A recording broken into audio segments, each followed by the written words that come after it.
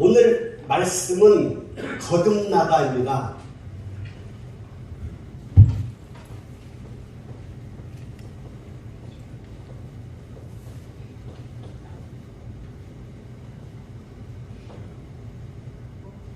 다시 태어난다 이 뜻이죠.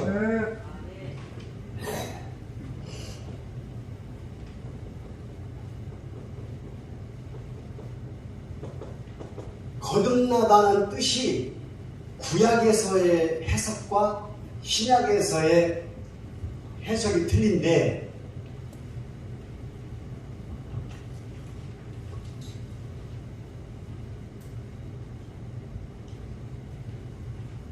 구약에서는 거듭나다는 뜻이 할례에 있고, 신약에서의 거듭난다는 것은 침례에 있습니다. 아멘. 오늘 본문에 보니까 니고데모다라고 하는 사람이 예수님을 찾아오는데 언제 찾아오냐면 밤에 찾아왔다 그래요. 유대인에서 바리새인은 선생님입니다. 성경의 박사고 사람들에게 가르치는 사람이에요. 모르는 것이 없습니다. 하나님에 대한, 성경에 대한 박사인데 모르는 것이 없는 사람이 밤에 예수님을 몰래 찾아오는데, 왜 밤에 찾아오냐면 그래도 자기가 선생인데 낮에 찾아와서 예수님을 만나서 물어보기에는 좀 체면이 구겨지잖아요. 그러니까 아무도 못 보는 밤에 몰래 찾아와서 예수님을 만나는데 뭐라고 얘기하냐면 내가 하나님의 사람임을 믿습니다. 예수님이 하나님의 사람을 믿습니다. 그렇지 아니하고는 지금까지 예수님이 보여준 기적들이 나타날 수 없습니다라고 얘기하는데, 이 사람은 예수님이 가는 곳마다 기적을 일으킬 때 그 옆에 몰래 숨어서 봤던 사람 같아요. 그러니까 하나님, 예수님께서 일으킨 그 기적을 다 본 거죠. 그것을 와서 고백하는데 예수님께서 니고데모가 왜 왔는지를 아시는 거예요. 그래서 요한복음 3장 3절에 이렇게 얘기했습니다. I tell you the truth. No one can see the kingdom of God unless he is born again. 사람이, 내가 진실로 너에게 말하노니 사람이 born again, 다시 태어나지 아니하면 하나님의 나라를 볼 수 없느니라. 근데 3장 3절 말씀과 3장 5절 말씀이 두 번 똑같이 말씀을 하시는데, 여기서는 No one can see, 볼 수 없다.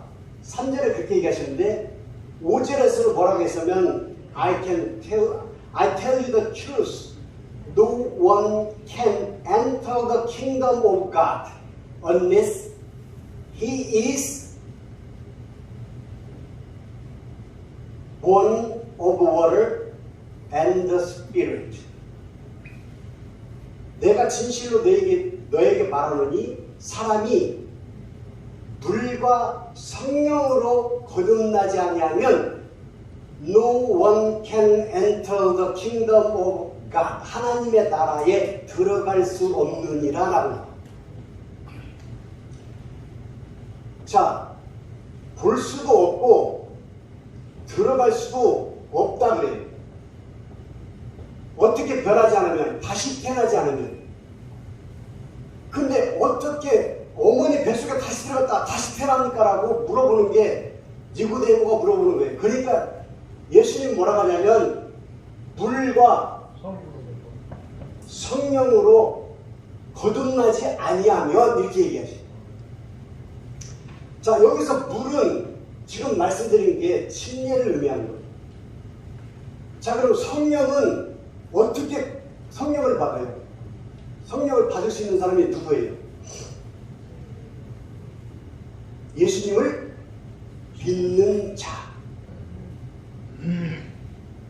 자, 여러분 사도행전 1장 8절 오직 성령이 시작 오직 성령이 임하시면 너희가 뭘 받고? 할렐루야. 그게 성령이에요. 요한복음 14장 12절 시작 내가 진실로 너희에게 이르노니 누구든지 나를 믿는 자는 내가 하는 일을 그도 할 것이요 그보다 더 큰 일을 하리라. 그게 성령이에요. 자, 예수님께서 하신 일들을 우리가 할 수 있다는 거. 누가? 예수님을 믿는 자. 자, 성령은 누가 받는다고요? 누구를 믿는 자? 시작. 예수님을 믿는 자. 할렐루야. 예수님을 믿는 자가 성령을 받을 수 있는데 그게 우선이야. 예수님을 믿으면 성령을 받고 예수님을 믿기 위해서는 침례를 받아야 돼요.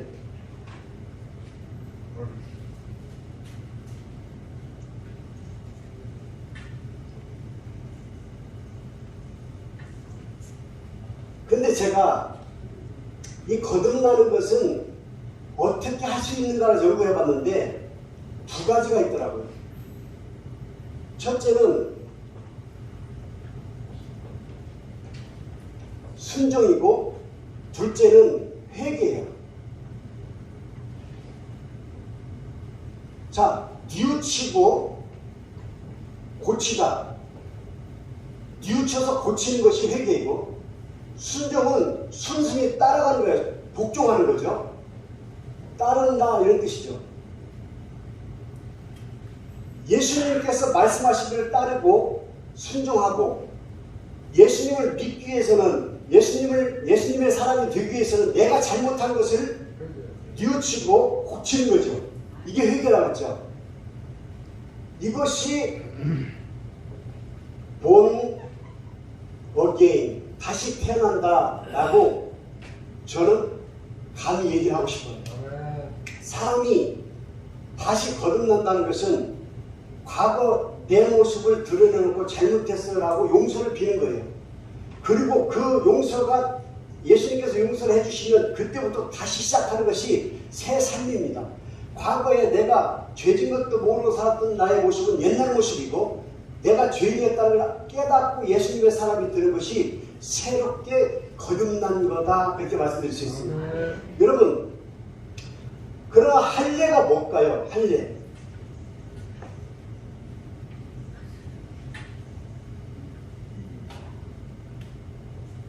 할례는 창세기 17장 9절로 14절에 나와 있는데 언약의 표징이다. Sign of the covenant. 언약의 표시다. 라고 나와 있어요. 자, 하나님과 우리 사이의 관계에 표적으로, 언약의 표적으로 할례를 치렀다. 이 말이에요. 누군가의 희생으로 나의 잘못된 것을 덮어주고 다시 시작하는 것이 할례다 그래요. 할례를 받지 않으면 하나님의 사람이 될 수 없다 그래요. 지금 우리가 성경 필사를 하고 있는데 성경 필사를 하다 보니까 성경을 보면서 쓰고 모르는 것들이 있잖아요. 근데 이것을 안 할 때는 그 모르는 것조차도 몰랐어요. 근데 성경을 쓰다 보니까 이게 뭐지라고 한번 두다 보는 역사가 나타났어요. 이혜정 집사가 느닷없이 나한테 모세를 왜 하나님이 죽이려고 그러냐고. 아니 느닷없이 물어보는데 뭔 말인지 모르겠더라고. 근데 보니까 출애굽기 4장 24절로 26절에 나오더라고. 모세가 거닐고 있는데 하나님이 모세를 죽이려 하는데 그의 부인 시브라가 그것을 알고 자기 자식의 표피를 잘라서 그 피 묻은 것을 모세 발에 묻히니 저 남자는 나의 피의 남편이다 라고 고백하면서 하나님 용서해 준 장면이 나와요. 이게 할례예요. 할례 받지 못한 놈이라고 얘기하는데 하나님의 사람이 아닌 놈 이 뜻이에요. 그럼 모세는 왜 할례를 못 받았을까요? 모세가 태어날 때는 애굽의 바로왕이 히브리 사람이 아들을 낳으면 무조건 죽이라고 했어요. 근데 할례는 언제 받냐면 아기가 태어나고 8일 만에 받아야 돼요. 그 아기가 울음소리 나는 것조차도 숨겨야 하는데 할례를 받으면 우리 아들 여기 있어 하고 들여놓고 죽여라고 하는 거하고 똑같잖아요. 그러니 얼마나 숨기고 숨겼겠어요. 그러니 할례를 할 수 있어요 없어요? 못하죠. 그렇게 하고 강에다 띄워서 버려버리는 근데 그 버려진 애가 바로 왕 딸의 아들이 되잖아요. 건질받아서. 그러니 할례 받을 시간이 어디 있어. 그리고 40년 동안 왕자로 살다가 광야로 도망가서 또 40년을 양치기 하다가 그때 80년 후에 하나님을 다시 만나잖아요. 그러니까 모세는 그걸 할 시간이 없었던 거예요.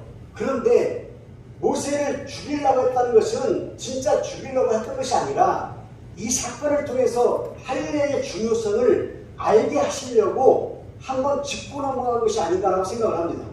그만큼 중요하다는 거죠. 그리고 이 할례가 지금은 침례라고 그러는데 이 침례가 얼마나 중요한지를 여러분들이 지금 깨달아야 된다는 거죠. 자, 침례는 그럼 무슨 뜻이에요? 물속에 들어갔다가 나오는 거예요. 간단해요. 근데 물속에 들어갈 때 그냥 들어가요? 내 죄와 나의 모든 것을 지금까지 살렸던 내 모든 것을 죽이기 위해서 들어가는 거예요. 들어가서 물속에서 다시 나오는 본업이 다시 태어나는 거죠. 물속에 들어갔다 다시 나오면서 내가 새 사람이 된 거예요. 누구의 사람? 예수님의 사람, 하나님의 사람이 되는 거죠.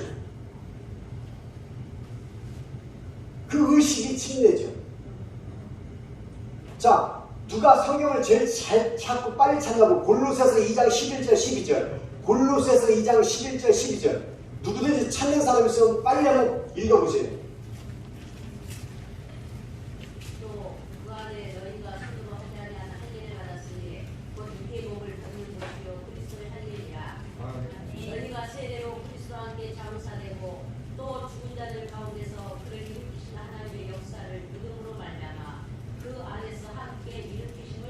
할렐루야. 자, 지금까지는 예수님이 오기 전까지는 너희가 표피를 자르면서 행위로 하나님과 언약의 표징이 되었다면 이제는 그것이 아니야. 이제는 침례를 받음으로 말미암아 나와 하나가 되는 거야. 예수님의 사람이 되는 거야. 물속에 들어갔다 나와서 나와 거듭나는 사람이 되는 거야 라고 성경에 나와 있잖아요. 그것이 침례예요.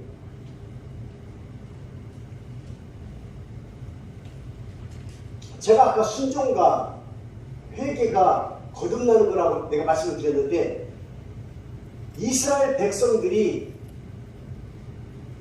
애굽에서 출애굽을 해가지고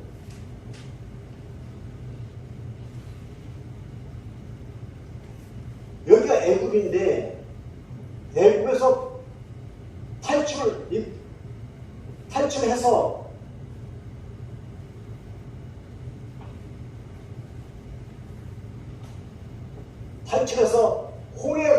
홍해 바다를 건너잖아요.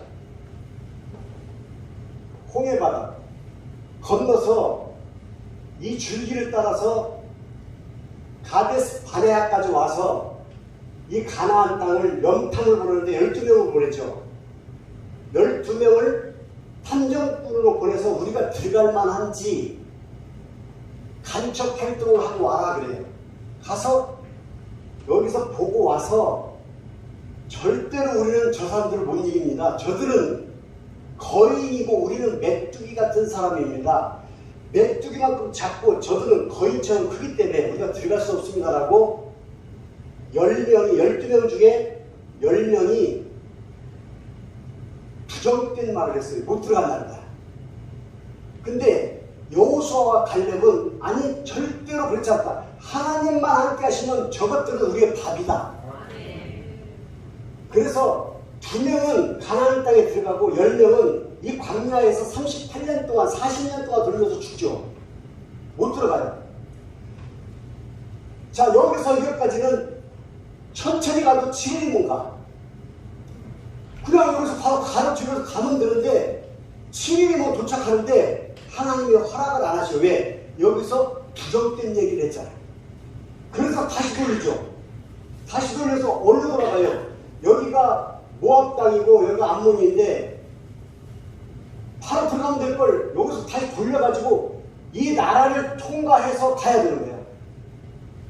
그럼 이 나라를 통과해서 가면 그만이냐? 또 강이 있어. 바다 같은 강이 있어요.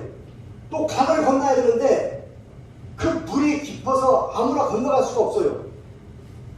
근데 이스라엘 백성들이 애굽에서 탈출해서 전 국민이, 전 백성이 지금 같이 움직이고 있단 말이에요. 여기를 거쳐서 들어가서 이 요단강을 건너야 되는 거예요. 요단강을 건너는데 이 사람들이, 이스라엘 사람들이 하나님의 궤, 언약의 궤, 큰 궤짝을 들고 다닌다고. 하나님을 상징하는 궤짝을 들고 다닌단 말이에요. 여기를 모압 땅을 건너서 요단강까지 왔는데 이걸 건너야 되잖아. 근데 여기서 여러분이 알고 있는 모세가 여기 홍해바다를 갈라서 맨 땅으로 걸어갔던 그 기적을 기억하시죠? 그 기적이 여기서 또 나타나잖아. 언약을 메고 있는 제사장들이 요단강에 발을 딱 집어넣자 물이 갈라져 버려요. 그리고 이 땅이 메말라요.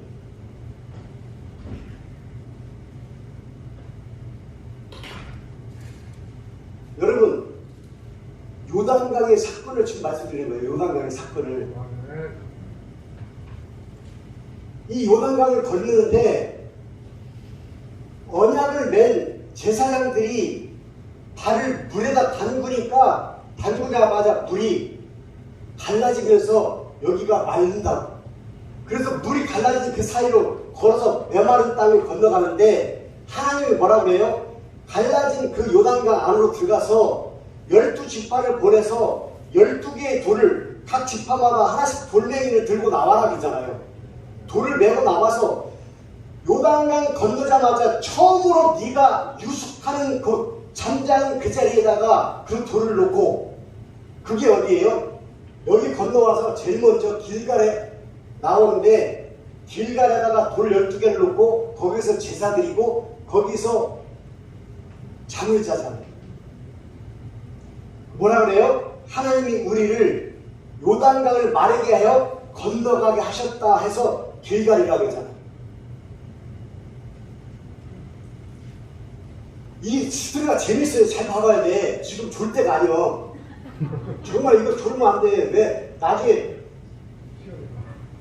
자, 이게 가나안 땅인데 여기까지 가는데 지금 이렇게 돌아왔다 그랬잖아요. 여기서 좀 여기 넘어와야 돼. 이리로 가면 건너갈 필요도 없는 강을 일로 왔기 때문에 건너가야 되잖아요. 와서 제일 먼저 길갈에 있다, 길갈에서 유숙했다 그랬잖아요. 길갈.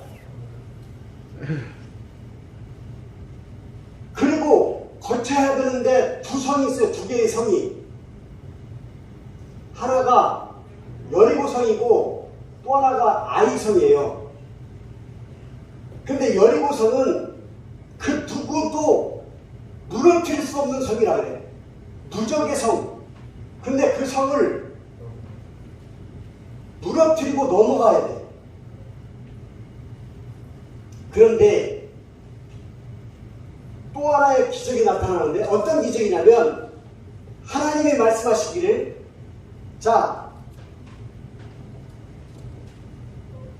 언약궤를 맨 제사장이 앞에 서고 그 다음에 그 앞에 무장된 부사가 서고 그 뒤에 우리가 따라가는데 이 성을 하루에 한 바퀴씩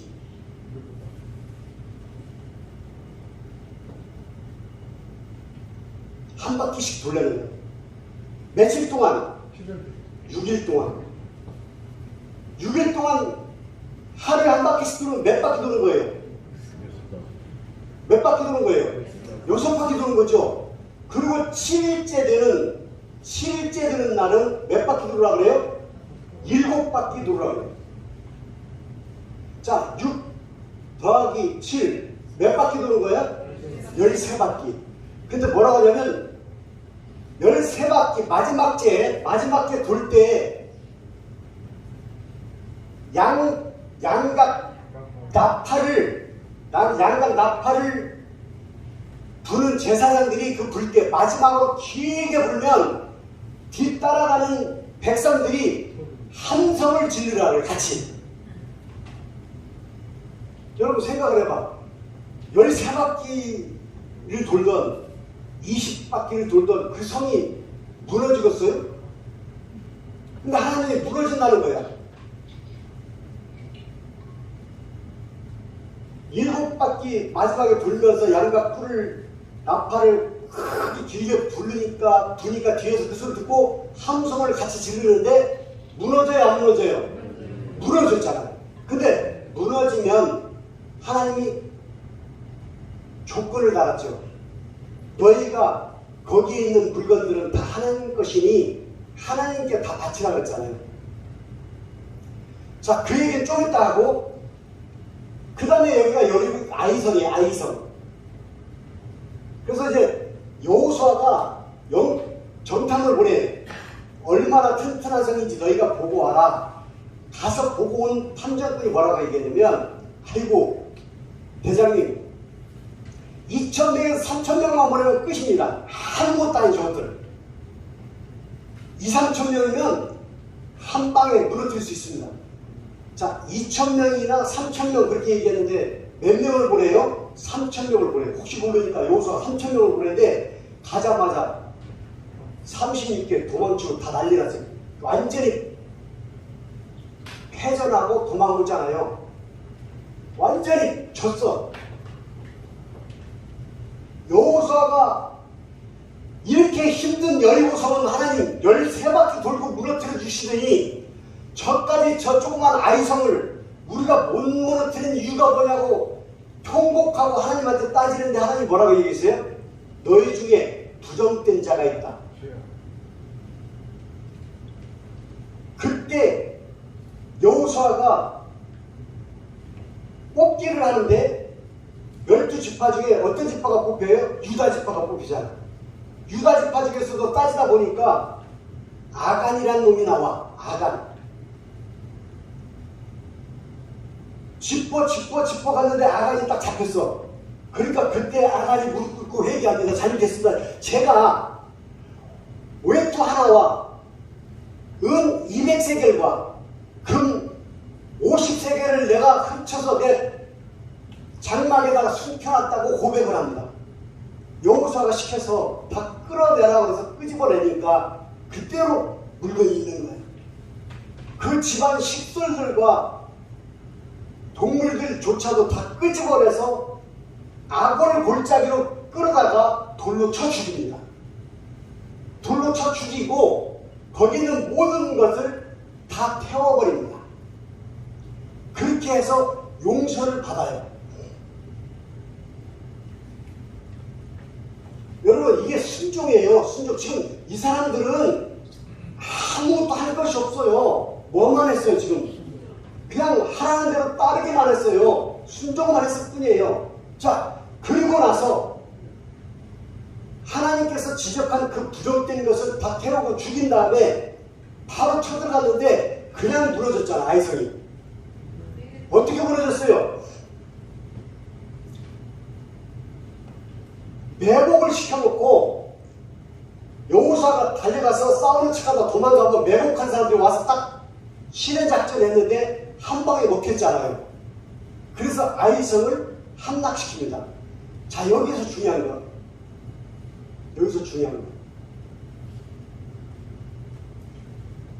아간이라는 사람이 하나님의 물건을 훔쳤다는 것은 부정되다 그랬잖아요.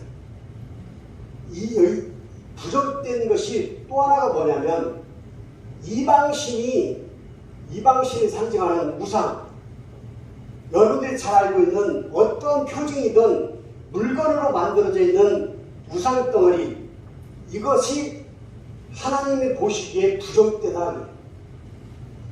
이것이 우리에게 있으면 하나님은 절대로 우리와 함께하지 않습니다. 며칠 전에 우연히 윤 박사님을 만났어. 와가지고 이런저런 얘기하다가 윤 박사님 얘기하는 거야. 다 버렸어. 다 버려. 불교하고 관계된 거, 부처하고 관계된 거 다 버렸어. 다 버렸는데 하나만 딱 느꼈대. 그게 뭐예요? 그랬더니 금으로 쓴 글씨가 있대요. 그 불교 읽는 거 뭐라 그래? 그거 반야심경을 순금으로 썼대. 순금으로. 기가 막히게. 아직 난 안 봤어요. 기가 막히대. 또 한 가지는 엄청 비싸대. 이건 도대체가, 이거는 우상하고 관계없대. 그냥 보관만 할 거래. 그냥 보관, 기념물로 보관만 할 거래. 버리세요. 절대 안 됩니다. 버리셔야 됩니다. 여러분, 아이 그래요, 집에 갖고 계세요. 아무것도 의미가 없어요 라고 했으면 좋겠는데 버려야죠. 어떤 것이든 하나님하고 적대시되는 것은 버려야 되잖아. 근데 우리 윤 박사님 그것도 버려야 되는 거예요. 그냥 그 다음날로 버렸잖아. 자기 일 아니라고 아멘도 안 해요.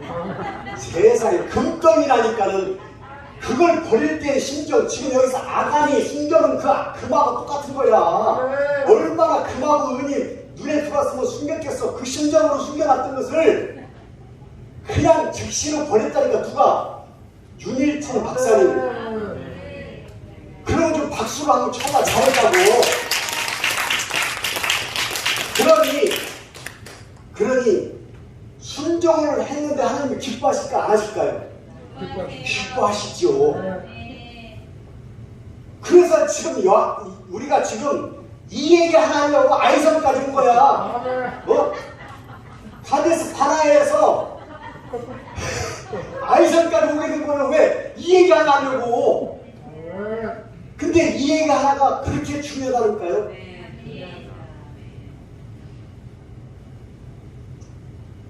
거듭나는 것이 다른 것이 아니에요. 내가 하나님께 오래 나는 것이 거듭나는 거야. 근데 사람들은 그게 쉽지 않잖아요. 금과 은이 있으면 그쪽으로 마음이 가죠. 단 하나를 딱 거기다 얹어놔. 그리고 또 지옥은 가기 싫어. 하늘나라를 가고 싶어.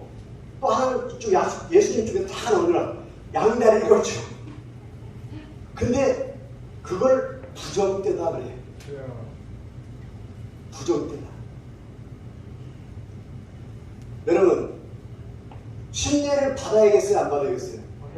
받아야 돼. 예전에 예수님이 오시기 전까지는 할례를 받지 않으면 안 됐어요. 왜? 하나님과 우리와 관계에 언약의 표시다 그랬어요. 표징이다 그랬어요. 언약의 표시인데 하나님과 우리 사이에 표적이다 그랬는데, 여기서 표적은 하나님이 우리에게 지시하는 것을 행하는 것이 표적이에요. 여러분, 순종에 두 가지 의미가 있는데, 말을 듣는다 그래요. 자, 정연아, 저기 있는 신발 좀 갖고 와봐. 그러면 내 귀로 듣고 내 몸으로 행해서 신발을 갖고 와. 그게 순종이에요. 하나님 말씀을 들어야 돼요. 지금 듣고 있는 여러분들, 하나님 말씀을 듣고 있는 여러분들, 지금 이것도 순종이에요. 이것이 왜 중요하냐? 로마서 10장 17절, 믿음은 들음에서 나며 그 듣는 것은 예수 그리스도의 말씀으로 말미암느니라 라고 되어 있어요. 예수님의 말씀을 듣는 것이 믿음이다 그래요. 믿음이 뭐라고요? 예수님의 말씀을 귀로 듣는 거다. 듣다 보니까 나한테 뭐가 생겨요? 믿음이 생긴다 이 뜻이죠. 그래서 우리가 왜 예배당 하다가 예배당에 사람들을 앉히려고 하는 이유를 지금 알겠죠? 예배당에 나와야 예수님의 말씀을 들어야지 알지요. 근데 처음 나와서 딱 듣자마자 믿음이 생겨요? 계속 반복해서 듣다 보면 이해가 가기 시작하다 보면 순종까지 이르게 되는 거예요. 다다르게 되는 거예요. 그것이 우리의 믿음이다. 거듭나는 것. 여러분, 거듭나는 것이 얼마나 중요하냐면